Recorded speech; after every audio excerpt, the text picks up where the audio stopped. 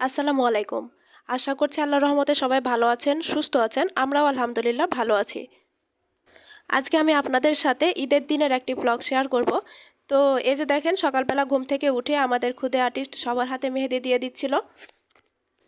টিউবটা হাতে নিয়ে এমন একটা ভাব করছিল, না জানি ও নিজেই সবার হাতে মেহেদি দিয়ে দিয়েছে। প্রথমে আমার হাতে দিয়ে দিচ্ছিল, তারপরে এই যে আমার বোনের হাতে দিয়ে দিচ্ছিল। বাচ্চাদের এসব কর্মকাণ্ড দেখতে খুবই ভালো লাগে। তো এরপরে এই যে বাচ্চারা সবাই মিলে ঈদের দিন সকালে আর কি গোসল করে নিয়েছিল, আর গোসল করে সবাই নতুন জামা কাপড় পরে রেডি হয়ে যাচ্ছিল।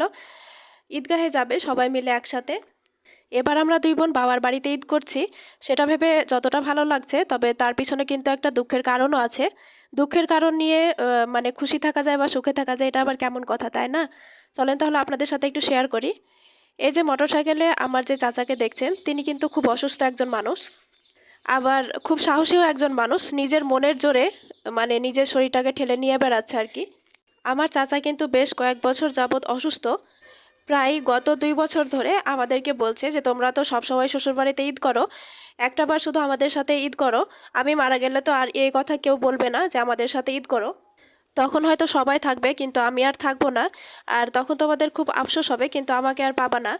আর যতবার ঈদে বাসায় যাই, মানে বাবার বাড়িতে আগে যাই, তারপরে যাই শ্বশুর বাড়িতে। তো বাবার বাড়ি থেকে যখন শ্বশুর বাড়িতে চলে যাই ঈদের 2-1 দিন আগে, তখন আমার চাচা খুব বেশি মন খারাপ করে আর বারবার রিকোয়েস্ট করে এখানেই থেকে যেতে, এখানে ঈদটা করে যেতে।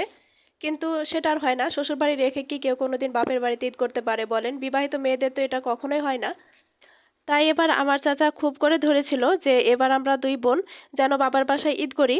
আর আমার চাচারও খুব ইচ্ছা ছিল যে দুই মেয়ে, দুই জামাই আর দুই নাতনিকে নিয়ে একসাথে ঈদ করবে। তাই মানহার বাবা আমাকে ঈদের বেশ কয়েকদিন আগে পাঠিয়ে দিয়েছিল বাবার বাড়িতে, আর বলেছিল এবার বাবার বাড়িতে ঈদ করতে। আর সেও নিজে গিয়ে আমার বাবার বাড়িতে ঈদ করবে। তো এই তো ঈদগাহ থেকে নামাজ পড়ে এসে সবাই মিলে এখন গরু জবাই করবে, তার জন্য দাঁড়িয়েছিল। কিন্তু হুজুর পাচ্ছিল না। আজকের দিনে মানে হুজুরের অভাব পড়ে যায় অনেক। আর এদিক দিয়ে বাচ্চারা দাঁড়িয়ে দাঁড়িয়ে অপেক্ষা করছিল কখন গরু কাটা হবে। আর আজকে এই ঈদের দিনে আমার মেয়েটাও খুব অসুস্থ হয়ে গিয়েছিল, সকাল থেকে একটানা বমি করেই যাচ্ছিল। তো যাই হোক, এই যে এদিকে গরুর মাংসটাও কাটা হয়ে গিয়েছে, আর এখন বিকেলবেলা বিকেলবেলা হচ্ছে যে চাচিরা সবাই মিলে ভুঁড়িটা পরিষ্কার করে নিচ্ছিল, আর এদিক দিয়ে আমার ছোট বোন আম্মাকে মাংস ধুয়ে দিচ্ছিল। আর সাথে আম্মা চুলায় মানে মাংস রান্না করতে বসিয়ে দিয়েছিল। এরপর আম্মা রান্না শেষে বিকেলবেলা ভাত টাত খাওয়া দাওয়া শেষ করে এই যে ছোট ছোট বাচ্চারা বাইরে বিলের ধারে আর কি ঘুরতে গিয়েছিল আমার মেয়েদেরকে নিয়ে। তো দেখেন বাচ্চাদের কয়েকটা ছবি আপনাদের সাথে শেয়ার করেছি। অনেক কিউট লাগছে সবাইকে, তাই না? সবাই মিলে মাশাল্লাহ বলে যাবেন। বিকেল করে ভাত খাওয়াতে পেটের মধ্যে তেমন আর কোনো খিদা ছিল না। তাই আমরা অনেক রাত্রে মানে রাতে যখন ভাত খাওয়ার সময়, সেই সময় আমরা চটপটি নিয়ে বসেছি, সবাই মিলে একসাথে খেয়ে নেব, তারপরে ঘুমিয়ে যাব।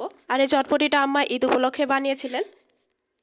আসলে ঈদের দিন এমনিতেই মানে অনেক কাজ থাকে, কুরবানি ঈদে বিশেষ করে এমনিতে অনেক কাজ থাকে, তারপর আবার মাংসের মানে কেমন একটা যেন গন্ধ লাগে, যে কারণে হয়তো বা খাওয়া যায় না। আমার কাছে তো এমনই মনে হয়, জানি না কার কাছে কেমন লাগে। আর বোনদেরকেও বলছিলাম, অনেকবার করে বলছিলাম ভাত খাওয়ার কথা, কিন্তু ওরা কেউই ভাত খাবে না। যার জন্য সবাই মিলে চটপটি নিয়ে বসেছি, আর এই যে চটপটি উপর শসা দিয়ে দিয়েছে, আর এখন ফুচকা দিয়ে সার্ভ করে নিব। আজকে এ পর্যন্তই। আসসালামু আলাইকুম।